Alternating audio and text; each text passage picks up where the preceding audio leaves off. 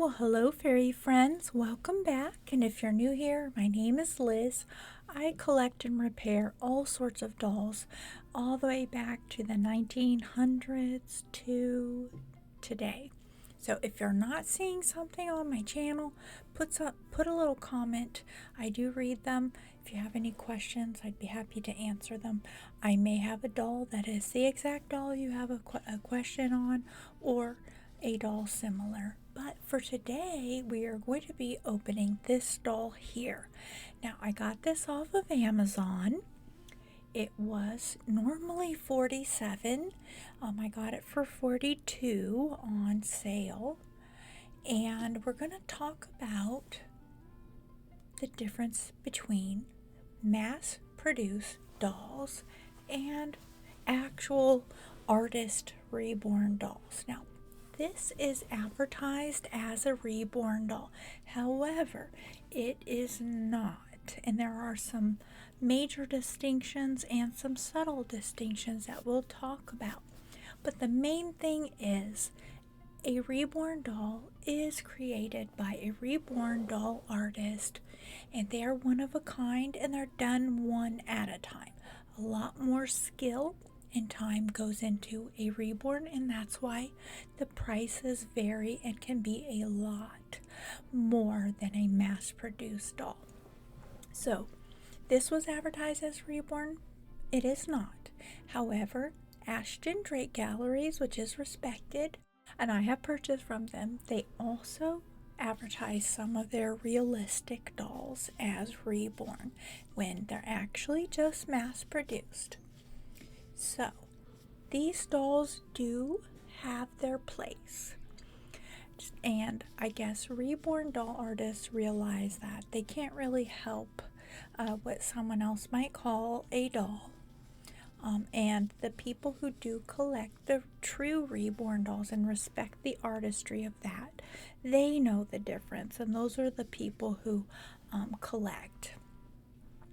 Now this is made of a silicone vinyl, so it's a little bit softer than a vinyl, but it's not as soft as and bendable as a full 100% silicone doll. And she has some blushing, her lip color, her eyelids have a little bit of a sheen to them. They have used some eyelashes that are a little bit more realistic than the dolls that you can just get off the shelf at a toy store. But they're not hand rooted, and there's a big difference when you see that. The hair painting is, I've seen worse, but I've seen better as well. A reborn doll artist can paint, well, it kind of depends on what their skill set is. Some people prefer only to hand root hair, and then some people do a combination of hand rooting and painting on the hair, and then some do painting only, and they do an excellent job and it looks real. This, as we had said, is a mass-produced doll. That doesn't mean that they weren't hand-painted, but they were not given the same amount of time that a reborn doll would. Now, this doll sculpt, the original sculpt of this doll, is what is carrying the weight of the realism, so to speak. So it starts with a really great sculpt, and those come from doll artists. And if this is a mass-produced doll, it's actually very highly detailed as far as the sculpting. But when you go along to do some painting on, let's say, the creases and some blushing, if you don't have a good sculpt to start with that's realistic, then you're not going to go that far with it as far as getting it to be hyper realistic.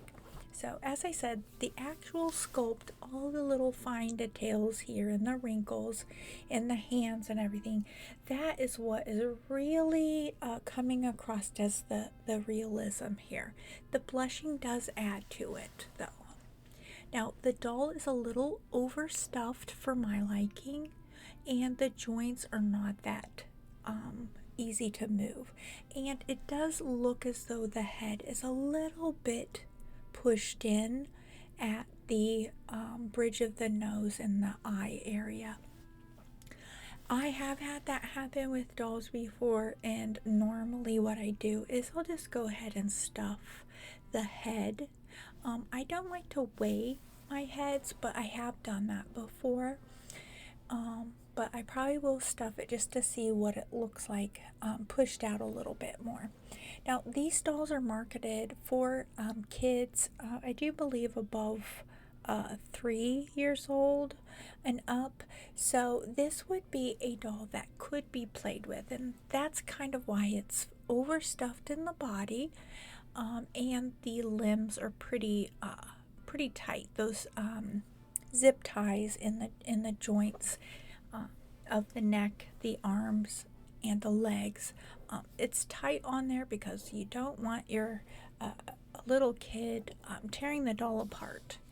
Now, as far as